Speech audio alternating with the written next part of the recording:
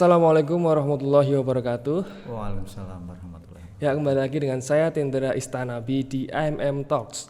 Pada kesempatan kali ini saya kedatangan tamu yang saya kira sangat istimewa. Beliau adalah Bapak Dr. Andes Wajiran. Assalamualaikum Pak. Waalaikumsalam warahmatullahi Sehat ya Pak? wabarakatuh. Alhamdulillah sehat. Semangat. Semangat. Nggih. Terus jadi begini, insya Allah tanggal 27 Desember besok hari Minggu nggih. Ya. Desa Srimulyo itu akan mengadakan pemilihan lurah desa dan insya Allah ada 2 calon. Salah satunya adalah beliau ini Bapak Wajiran dan sekaligus juga istilahnya apa nggih? Incumbent ya. Jadi petahana yang kemudian kembali maju untuk periode kedua nggih Pak. Nggih, terus ngobrol-ngobrol kita ini dalam rangka untuk mengenalkan ya para calon, khususnya dalam hal ini saat ini Pak Wajiran, untuk lebih mengenal beliau. Nanti kita bicara mengenai mungkin visi, program dan seterusnya, agar kita juga bisa mengenal lebih dekat, terutama mungkin yang menonton ini misal generasi milenial ya, yang banyak itu Pak Wajiran itu sebenarnya seperti apa sih, atau mungkin Pak calonnya yang satunya Pak Ahmad Badawi itu seperti apa. Nah, nanti kita juga akan undang di sini untuk bersama ngobrol-ngobrol seperti itu, Pak. Pak Wajiran, ingkang pertama nih, Pak. Mungkin saged memperkenalkan diri secara personal. Pak Wajiran menika dalamnya rumahnya mana, kemudian seperti apa, seperti itu. Ya, pertama. terima kasih. Nama saya Wajiran. Saya lahir di Dusun Nglosari, Desa Srimulyo, Kecamatan Piyungan. Kalau sekarang Kelurahan Srimulyo, Kapanewon Piyungan, Kabupaten Bantul. Kemudian saya lahir pada tanggal 3 September tahun 1963, jadi sudah cukup umur. Kemudian background pendidikan saya lulus di SD Negeri Jolo Sutro 2, terus melanjutkan di SMP Negeri 1 Piyungan, kemudian SPG Negeri 2 Yogyakarta, dan terakhir saya belajar di IKIP Negeri Yogyakarta, kalau sekarang UNY. Seperti itu ya. Itu sehari-hari di Ngelosari ya Pak? Ya. Pak Wajiran ini asli Ngelosari. Ngelosari mungkin kalau yang belum tahu ya, daerah dekat Jolo Sutro, agak naik sedikit itu Pak. Kemudian masuk ke kegiatan saat ini Pak Wajiran. Saat ini aktivitasnya seperti apa Pak Wajiran? Jadi karena saya itu lulusan IKIP Negeri Yogyakarta, basic saya itu punya pendidikan. Mengajar. Saya pada tahun 90 itu saya juga mengajar di SMA Muhammadiyah Piyungan. Kemudian pindah ke SMA Negeri 1 Piyungan. Semuanya masih honor. Waktu itu ya. Kemudian juga masih cukup muda waktu itu. Ya, masih muda. Saat ini ngapunten putranipun pinten? Anak saya 3. Oh, 3 ya. Salah satunya juga ada yang mengabdikan diri di Muhammadiyah, dosen di UMM Malang. Oh, ten Malang. Iya. Tebing ya. Ya, cukup jauh. Nggih. Dados tadi sampun SMA Muhammadiyah Piyungan lajeng. Terus akhirnya nah ini sebetulnya dunia kepamungan ataupun perangkat desa itu saya mulai semester 4 sambil kuliah itu saya sudah menjadi kepala dusun di Nglosari. Gitu. Nah, jadi umur berapa waktu itu Pak? Waktu itu umur 22. Wow, 22. Sangat muda ya. Iya. Karena pada saat itu memang persyaratan menjadi pamong itu ya umur 22 itu. Saya kebetulan sudah memenuhi itu, terus ikut pilihan kepala dukuh. Dan dari 3 calon saya terpilih. Sambil kuliah nyepeda dari puncak Bukit Nglosari itu sampai ke Karangmalang setiap hari. Bentinten? Iya. Sambil kita melayani masyarakat di Dusun Nglosari. Sehingga untuk dunia perangkat desa atau kepamungan itu saya sudah 27 tahun itu di dusun, kemudian masuk menjadi kepala desa atau lurah desa itu satu periode ada 6 tahun. Jadi sudah 33 tahun. dianggap sudah 33 tahun berkecimpung dalam dunia kemasyarakatan. Iya. Nggih. Oke, kemudian kalau moto hidup dari Pak Wajiran itu apa sih Pak? Ya, moto hidup saya adalah bagaimana hidup ini berguna untuk sesama, Bermanfaat ya. bermanfaat untuk sesama. Jadi kemudian kegiatannya juga tidak jauh-jauh dari masyarakat seperti itu. Iya, jadi kita komunitasnya juga masyarakat dan menjadi perangkat desa ataupun kepala desa atau lurah desa itu semangat saya adalah bagaimana kewenangan ini untuk bisa berdakwah. Iya. Ya, dakwah dalam artian yang luas, bagaimana kita bisa melayani masyarakat untuk membantu berbagai bidang yang berkaitan dengan kebutuhan masyarakat dengan sebaik-baiknya. Iya. Gitu. Oke. Kemudian ini masuk ke mungkin nanti lebih kepada visi misi sebagai seorang kepala desa atau lurah nggih. Yeah. Dalam sebelumnya kan jenengan sudah 5 tahun nggih di 6 tahun. Oh 6 tahun ya Yeah. di Sri Mulyo seperti itu.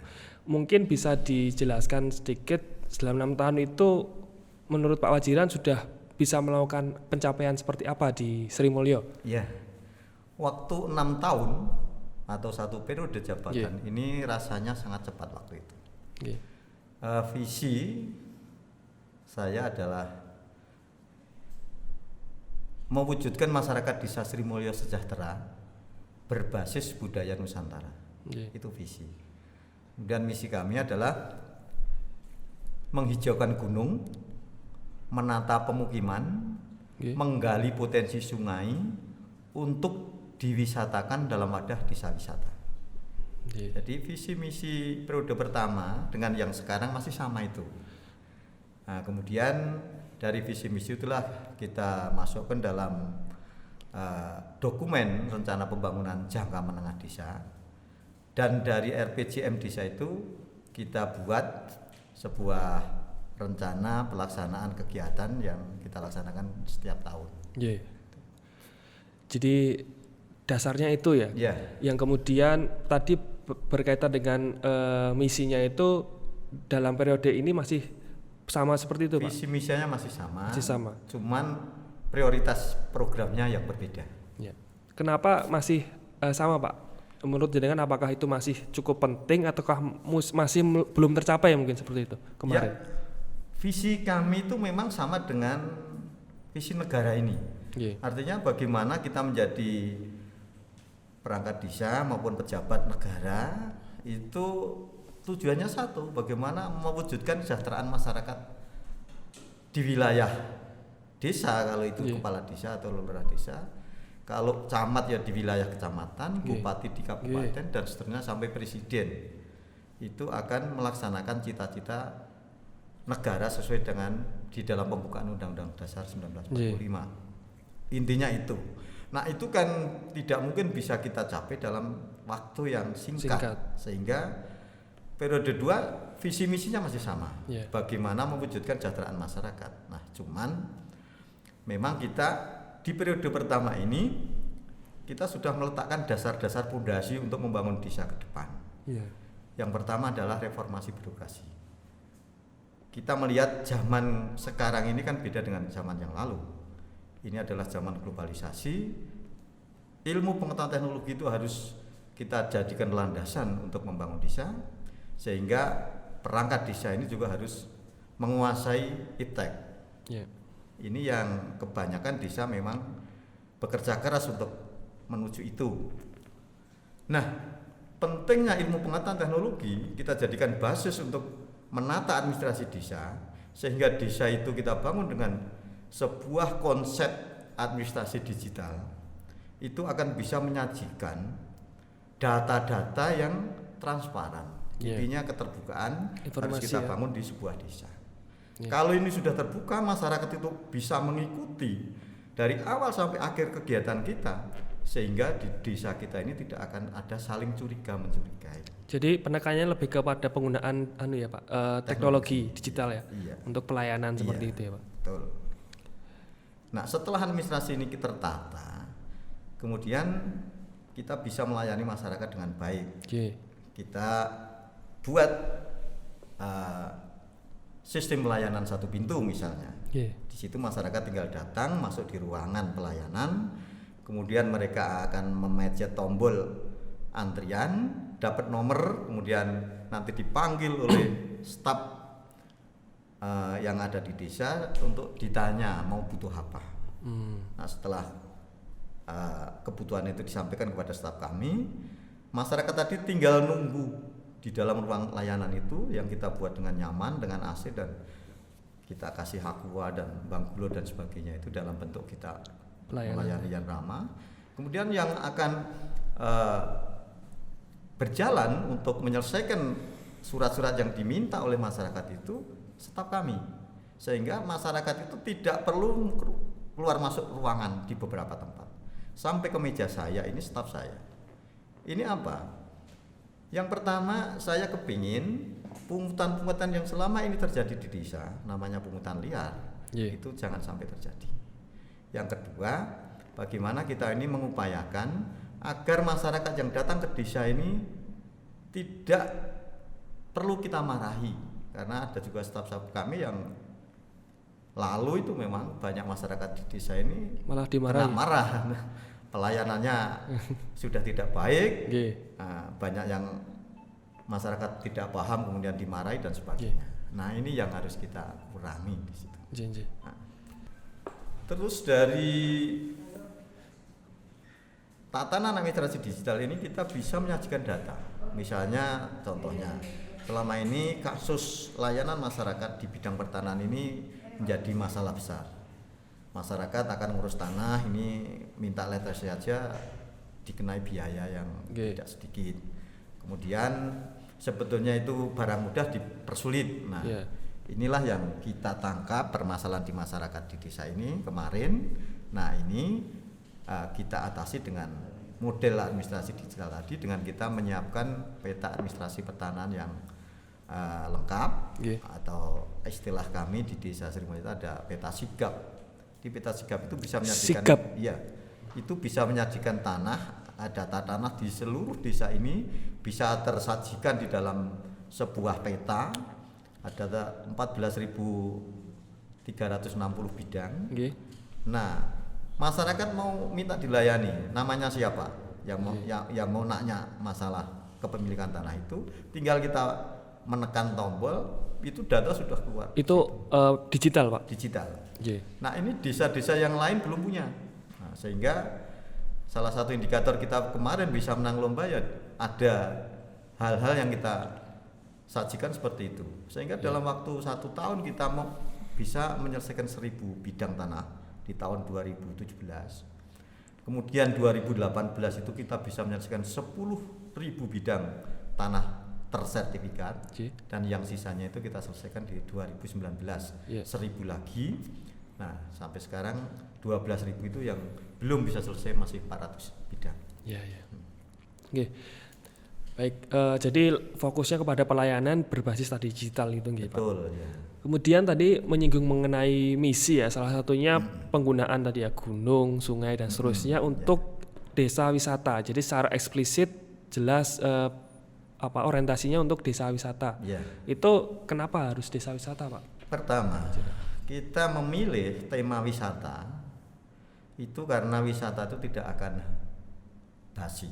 Artinya masyarakat sekarang ini baik itu dari kalangan ekonomi bawah, menengah ke atas, itu semuanya hobinya wisata. Butuh refreshing. Nah, oleh sebab itu, dan Indonesia ini kan menjadi salah satu negara menjadi daya tarik wisatawan dari asing. Sehingga desa ini harus kita tata potensinya. Kita lihat Srimulyo 60% pegunungan itu ada beberapa spot yang bisa kita kembangkan untuk wisata panorama alam. Kemudian ada satu lokasi untuk wisata religi, ada makam Sunan Geseng itu. Kemudian yang aliran sungai bisa kita bangun wisata yang berbasis air. Nah, inilah yang kita dorong, kemudian tumbuh, dan sekarang ini di Srimulyo sudah ada 17 destinasi wisata. Nah, mengapa wisata? Karena saya berharap kita belajar dari Pulau Bali. Desa-desa yang ada di sana itu pendapatan asli desanya bisa lebih dari 10 miliar per tahun. Ini dari sektor wisata. Yeah. Nah sekarang ini sudah terlaksana, artinya embrio sudah berjalan, pengunjungnya seperti di Pasar Kebon Pring itu seminggunya rata-rata ada 12.000 pengunjung. Yeah. Nah tinggal nanti periode 2 ini kita membuat peraturan desa tentang retribusi pengunjung yang di tempat wisata itu. Jadi semua nanti akan diseragamkan seperti itu atau gimana Pak? Perihal retribusi. Jadi desa ini kan dasar hukumnya adalah peraturan desa. Yeah. Ini semua yang sudah berjalan wisatanya ini akan kita legalkan dengan peraturan desa. Kemudian kita urus izin penggunaan tanah ke gubernur karena rata-rata itu tanah sultan maupun tanah kas desa. Nah ini wisata kita harus legal, kemudian peraturan desanya ngatur retribusi. Nah nanti pendapatan asli desanya dari sekarang ini akan terus dari tahun ke tahun akan naik sehingga nanti akhirnya desa ini akan menjadi desa mandiri. Desa mandiri itu menurut jenengan yang nantinya misal goalnya adalah desa mandiri ya, itu yang bayangannya akan seperti apa Pak? Desa mandiri adalah sebuah desa yang mampu mewujudkan masyarakatnya sejahtera lahir batin. Artinya pembangunan fisik dan mental ini sudah seimbang. Masyarakatnya punya karakter, kepribadian yang kuat untuk harga dirinya itu benar-benar bisa diaktualisasikan. Sehingga kalau sudah terwujud masyarakat seperti itu, masyarakat ini tidak gampang goyah. Ada pengaruh budaya asing juga, mereka sudah punya karakter yang kuat, agamanya kuat, ekonominya kuat. Nah itu syaratnya adalah desa ini harus punya pendapatan yang cukup, namanya pendapatan asli desa yang cukup, sehingga tidak tergantung pada bantuan dari pemerintah. Salah satunya tadi ya desa wisata ya.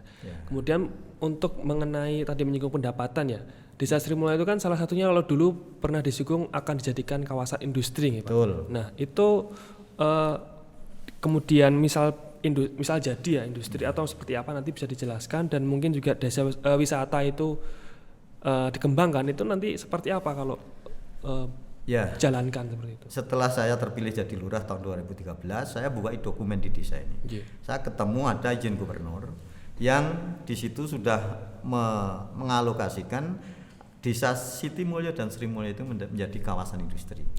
Nah, walaupun sudah 13 tahun ini tidak ada progres, saya menghadap gubernur, saya tanya, walaupun di visi misi kami itu nggak ada industri, saya pikirnya adalah mewujudkan kesejahteraan masyarakat Desa Sri Mulyo berbasis budaya Nusantara. Maksud saya budaya Nusantara di sini pertanian peternakan yang lokalitas ya Pak. Iya. Cuman karena Pak Gubernur sudah menetapkan menjadi kawasan industri, maka harus saya sinkronkan dengan program Pak Gubernur. Kemudian kita sepakati antara desa dan Pak Gubernur membuat sebuah slogan namanya Gerbang Madu, Gerakan Pembangunan Masyarakat Terpadu. Mewujudkan masyarakat Desa Sri Mulyo dibangun terpadu antara industri dan wisata. Nah ini prasasti ditandatangani oleh Ngersot Dalem itu tahun 2014, kita undang di Desa Sri Mulyo. Dan event ini menjadi event tahunan. Jadi setiap setahun sekali kami dengan sekalian memperingati hari lahirnya desa, kita undang Pak Gubernur. Tadi 6 tahun satu periode itu Pak Gubernur hadir 3 kali, yang 3 kali wakil gubernur. Nah ini menjadi sebuah event tahunan yang menegaskan memang antara program industri yang itu menjadi keputusan gubernur harus kita dukung, tapi harus terpadu dengan wisata. Artinya industrinya jangan industri yang berpolusi tinggi maksud saya. Nah. Baik. Selanjutnya untuk program yang berkaitan dengan anak muda nih Pak Wajiran, seperti apa untuk pengembangan anak muda dan seterusnya, itu fasilitasi dari desa itu akan seperti apa? Untuk anak muda ini kan di dalam lembaga desa namanya ada Karang Taruna. Nah, Karang Taruna lah yang kemarin kita backup anggaran untuk kita minta untuk membuat program, kemudian desa menganggarkan itu. Tetapi ya Karang Taruna di mana-mana ya belum seperti yang kita harapkan. Walaupun memang dari tokoh-tokoh Karang Taruna juga sekarang sudah banyak yang eksis, artinya seperti Pak Didi yang sekarang ketua KPU juga dari Karang Taruna, Pak Nur Jayanto yang sekarang jadi caleg juga dari Karang Taruna, dan sebagainya. Ada juga yang ke pegawai negeri.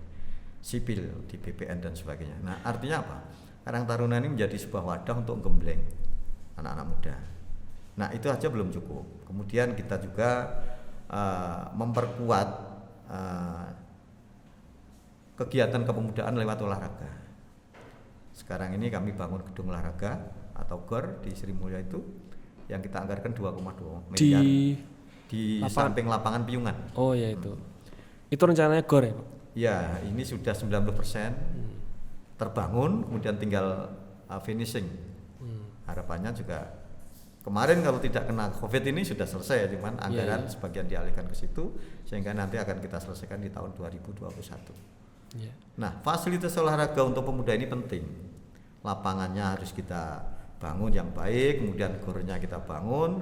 Olahraga yang ada sepak bola, kemudian ada voli, ada tenis meja dan sebagainya. Ini mulai tahun anggaran yang akan datang, artinya yang kita rencanakan nanti periode 2, ini menjadi prioritas ketiga kegiatan kepemudaan ini.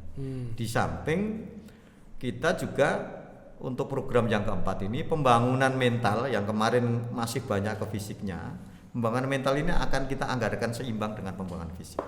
Karena apa? Karena tidak ada artinya kalau hanya fisik maju tapi mentalnya tidak kuat. Caranya seperti apa Pak rencana? Nah, kita berdayakan bagaimana masyarakat ini bisa meningkatkan kualitas ketakwaannya. Ini saya ada MOU dengan UIN Sunan Kalijaga Yogyakarta. Ini nanti UIN akan memberikan dukungan terhadap pembangunan di mentalnya ini. Kemudian kaum perempuan ini harus kita berdayakan karena dari kaum perempuan inilah akan lahir generasi yang kita harapkan baik, anak-anak. Terus kemudian anak yatim piatu kami punya rencana untuk membuat semacam panti asuhan karena banyak juga warga kita yang anak yatim. Panti asuhan dari Desa Sri Mulia ya khususnya. Maksud saya nanti khusus kita harus bisa diwujudkan ke sana. Kemudian anak orang-orang terlantar dan lansia. Ini semuanya ini kemarin belum kita anggarkan yang cukup. Nah, besok ini fisik dan mental harus seimbang. Artinya itu harus kita dorong agar kepedulian desa atau pemerintah desa untuk menganggarkan kemudian mendampingi atau mengelola hal-hal tersebut harus baik. Ya, baik. Kemudian kalau jenengan misal nanti mungkin terpilih ya dalam 2 periode ya, setelah nanti selesai jabatan di periode kedua ini misalnya, itu bayangan jenengan, gambarannya itu seluruh program yang sudah dilaksanakan itu nanti seperti apa akhirnya? Seperti itu. Gambaran saya begini, 1 periode pertama 6 tahun saya fokus ya, waktu saya habis untuk bagaimana kita mendisiplinkan pamong, bagaimana kita membangun administrasi, dan ini boleh dibilang berhasil karena administrasi kita sudah dinyatakan baik itu oleh para juri yang mengadakan lomba. Tahun periode pertama itu. Ya, karena dalam 3 tahun terakhir itu kita bisa memenangkan 28 jenis lomba, baik tingkat kabupaten, provinsi maupun nasional. Dan terakhir puncaknya adalah kita menang di lomba desa di tingkat nasional. Nah, ini 60% nilainya ada di administrasi. Nah, kemudian cukup menjadi desa juara aja gak ada manfaatnya masyarakat karena kesejahteraan belum bisa terwujud. Sehingga setelah kita bisa menata administrasi, pelayanannya sudah baik, 24 pungutan desa di tahun ketiga itu saya hapus semua. Jadi masyarakat minta layanan di desa itu free, harus gratis, kita anggarkan di APBDes. Nah, kemudian periode 2 saya kepinginnya kalau kemarin itu 25% saya di lapangan atau di tengah-tengah masyarakat, 75% di kantor, kemudian hanya mengikuti acara-acara rapat-rapat sampai di kecamatan, kabupaten, provinsi sampai ke nasional.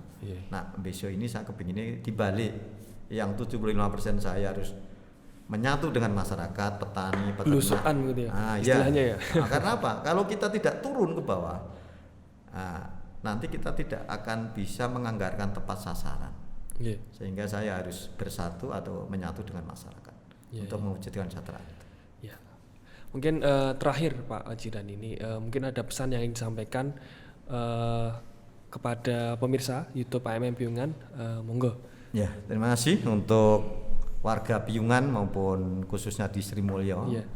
berkaitan dengan pilihan lurah desa besok tanggal 27 Desember tahun 2020. Yang pertama yang harus dipahami adalah desa kita ini, desa Sri Mulyo ini sudah dinyatakan menjadi desa juara. Artinya apa?